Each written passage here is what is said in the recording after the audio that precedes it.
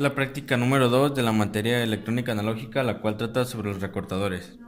En este caso tenemos este circuito en el cual utilizaremos dos fuentes, una de corriente directa y otra de corriente alterna.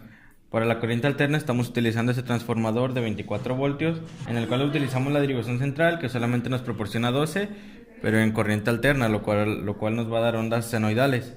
Tenemos el circuito que está conectado a la fuente de corriente alterna con una resistencia, conectado un diodo en serie con una corriente continua de 5 voltios. En este caso, el diodo se polariza en inversa, el cual no deja fluir la corriente. En este caso solamente nos daría los 12 voltios que nos está proporcionando la fuente.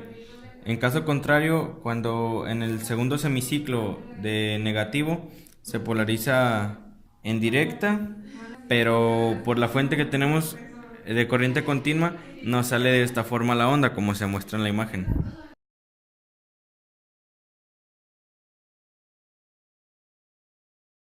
En este siguiente circuito tenemos una entrada del transformador que va primeramente hacia donde está conectada nuestra fuente de corriente continua.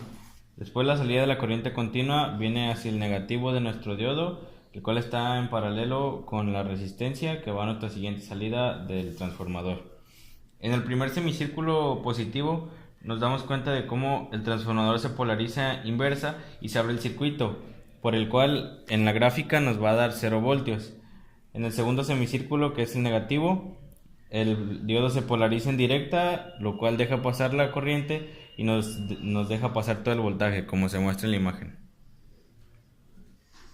En nuestro tercer circuito tenemos conectada la corriente alterna que entra por la resistencia, viene por nuestro diodo, el cual está conectada a la corriente continua de nuestra fuente de 5 voltios.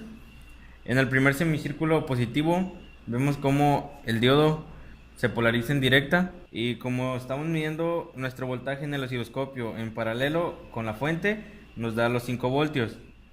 En el siguiente semicírculo negativo, el diodo no se polariza, el cual se abre y se toma de voltaje nuestra fuente de corriente alterna, lo cual nos daría los 12 voltios, como se muestra en la gráfica.